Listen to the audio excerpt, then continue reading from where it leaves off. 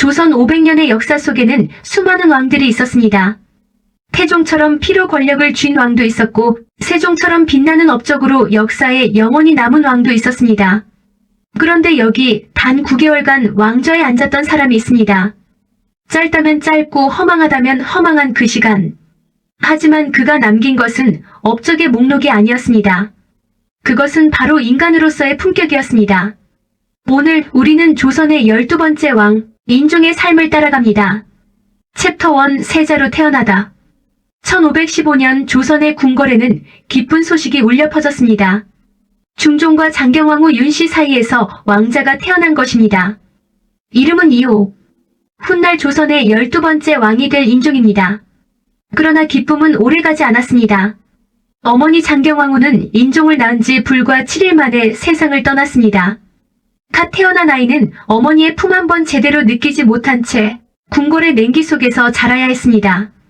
다행히도 중종의 주변에는 이 아이를 아끼는 손길들이 있었습니다. 세자는 훌륭한 스승들 아래에서 학문을 닦았고 어린 시절부터 그 총명함과 인자한 성품으로 주위를 감동시켰습니다. 조선왕조실록은 세자 시절의 인종을 이렇게 묘사합니다. 천성이 인자하고 너그러우며 배움을 게을리하지 않았으며 예절이 바르고 사람을 사랑하였다. 단순한 미사여구가 아닙니다. 실록의 기록들을 보면 세자가 얼마나 진심으로 학문과 덕을 추구했는지가 곳곳에서 드러납니다. 그런데 세자에게는 또 하나의 그늘이 있었습니다. 바로 계모 문정왕후 윤씨의 존재였습니다. 중종이 장경왕후를 잃은 후 새로 맞이한 왕비 문정왕후는 아들 경원대군 훗날 명종을 낳았고 자신의 아들을 왕위에 올리고자 하는 야망을 품게 됩니다.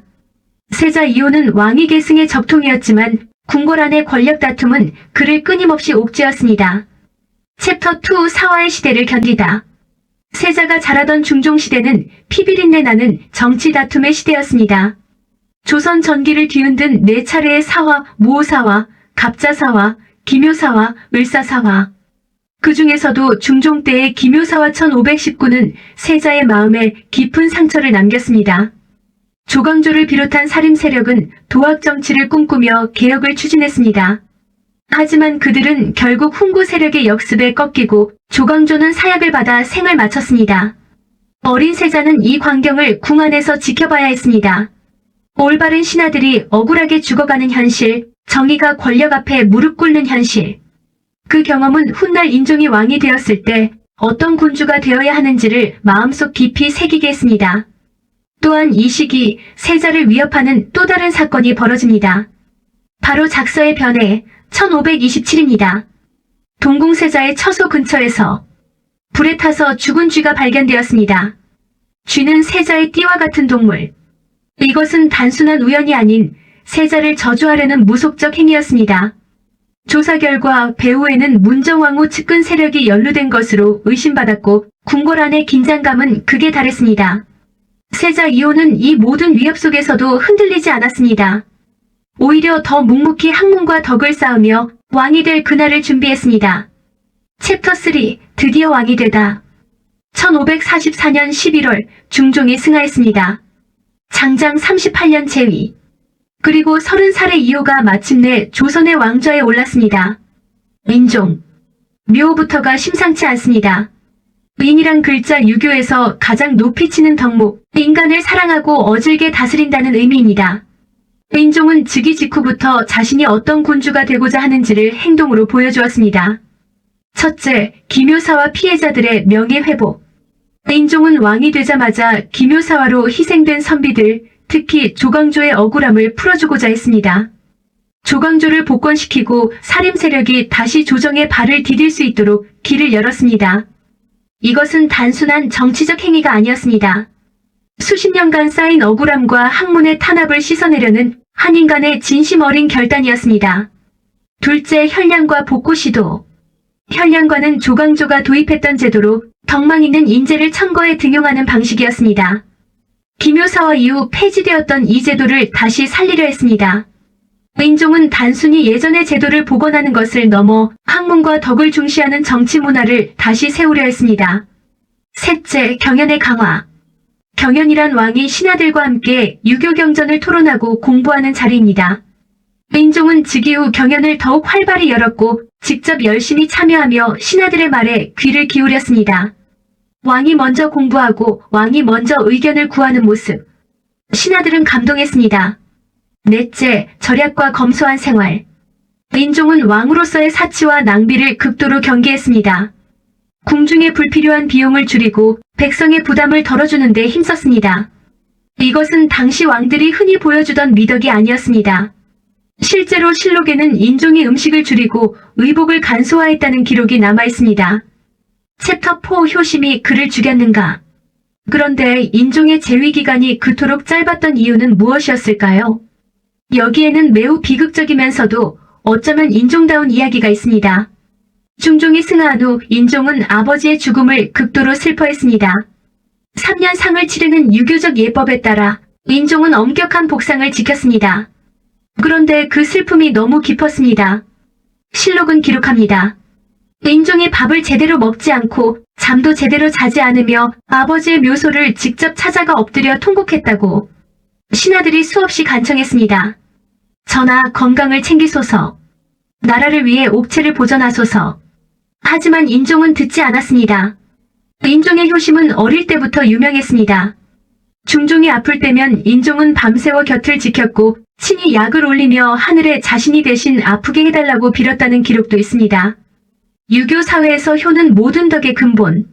하지만 그 효심이 지나쳐 몸을 망가뜨리고 있었습니다. 즉위한 지 얼마 되지 않아 인종은 눈에 띄게 수척해졌습니다.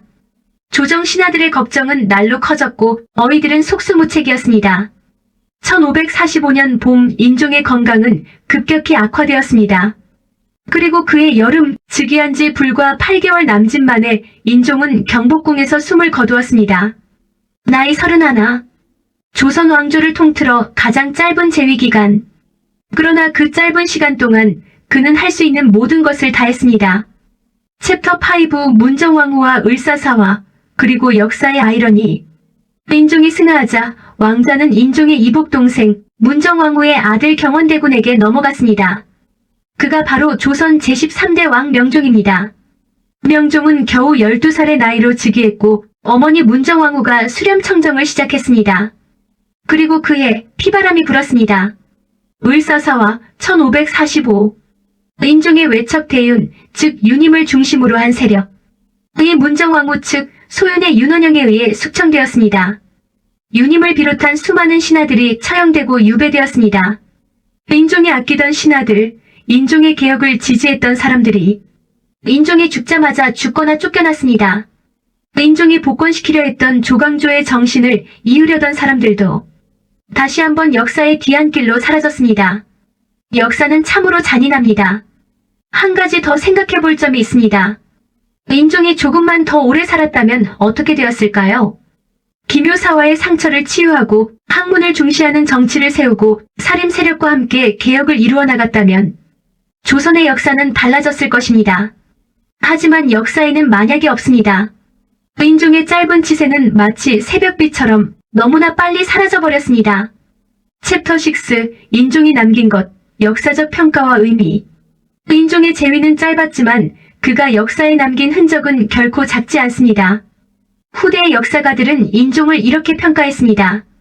인종은 성품이 어질고 학문을 좋아하였으며 신하를 예로서 대우하고 간언을 기꺼이 받아들였다. 이것이 쉬운 일처럼 들릴 수 있지만 조선의 역사를 알면 알수록 얼마나 어려운 일인지 실감하게 됩니다. 연산군은 간언하는 신하들의 혀를 잘랐습니다.